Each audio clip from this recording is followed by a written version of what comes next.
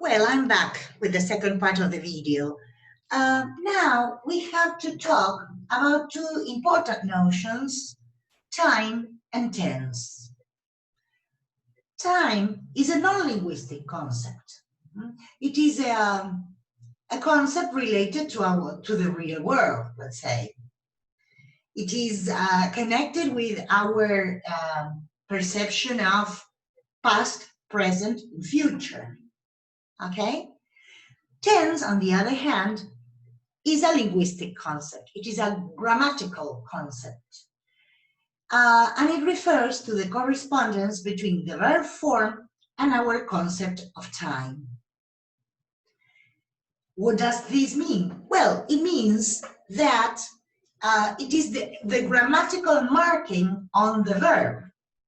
And if you think about English, we only inflect verbs to show present and past tense. There is no inflection for future, all right? So that's why we say in English, we only have the past and the present tenses.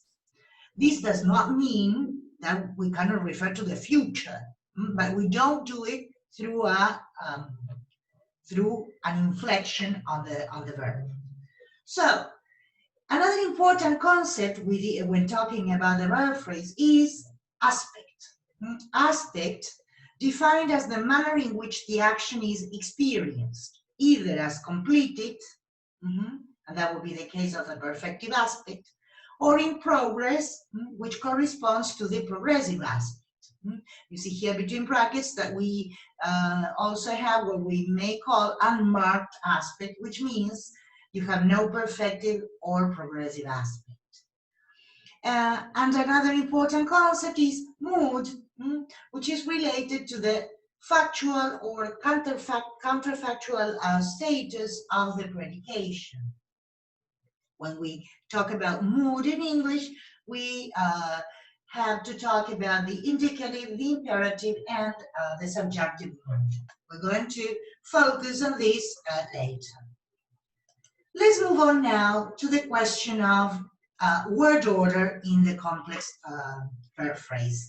If you have a complex verb phrase where you have several elements, you follow a fixed, all these elements should follow a fixed order. If there is a modal in a verb phrase, it is always the first element within the verb phrase, okay? And it is always followed by have, en, B-I-N-G, B-E-N, and the main verb.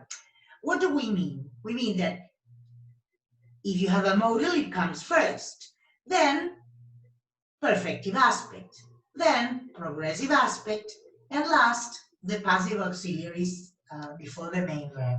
Let's think of a verb phrase and see how this works. You should be listening to me. Let's see if this verb phrase, should be listening, follows the order. Should, there is no perfective aspect, but we have a progressive aspect. Should be listening to me, okay? Or she can't have been there. She can't have been there. Can't have been, okay? So this is the order. There's nothing we can do to change the elements here. So as I said before, we're going to talk just about present and past tenses in combination with the progressive and the perfective aspect, okay? So we will end up with this list: simple present, present progressive, present perfect, progressive, simple past, past progressive, past perfect progressive. I want to share this with you in chapter 7 from the grammar book by Celsa Murcia. You have information about the tense aspect, the tense aspect system. In this chapter, Celsa Murcia goes over some formal characteristics. Where am I here? Formal characteristics, you see, of the system. Then she goes into detail and refers to the different uses. For example, here, the simple present tense, and she lists different uses in detail. For example, here, the typical habitual actions in the present, but also the simple present for general timeless truth. I would like you to read all these uses very carefully. And later on, at the end of this chapter, she uses a more contrastive approach. Because when we learn or teach tenses, it is sometimes easier if we think of the whole system and we compare. For example, here, as I said before, she compares the simple present with the present progressive, okay? Or she compares the simple past and the past perfect.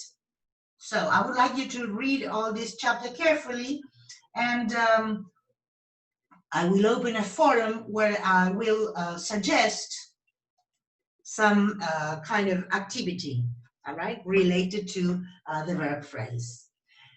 Now last, I would like to briefly talk about future time reference, because we said there was no future tense, but of course we refer to the future. These are, I would say, the main ways, all right, the main yes, the main ways to refer to the future in English, by means of will, be going to, the present progressive, and the simple present. Will is used for predictions, same as going to. When we say that the world will be different after the coronavirus, we are making a prediction. And we also use it, I mean, when we think of be going to, we associate this form with plans, and it is opposed to will for planned events. For example, I could tell you that next week we're going to deal with passive voice. In fact, I do have a plan related to that.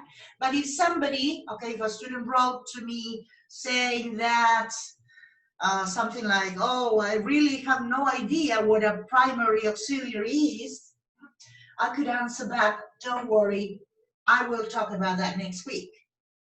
Which was not my original plan, but it is just a spontaneous reaction to this student's comment. The present progressive is also used with future reference. For example, when we say that the term is finishing on July the 17th. And in this case, is finishing is a present tense form, okay? But the time reference is future. And why am I using the present progressive? Because it is more than a plan, okay? That's why it is so frequently used when there is a reservation involved, a ticket bought, all right? So I'm flying to London on June the 19th. And the simple present is also used for future time reference, okay? When not only in timetables and schedules, when you say, I don't know, the plane leaves at 9, but also in some other cases, when I say, for example, when we finish this video, we will do some activities together. When we finish the video, I'm talking about the future. But I'm doing that through the use of a present tense. Well, I hope this has been interesting for you. So I will post the activities in the forum. Thanks for listening.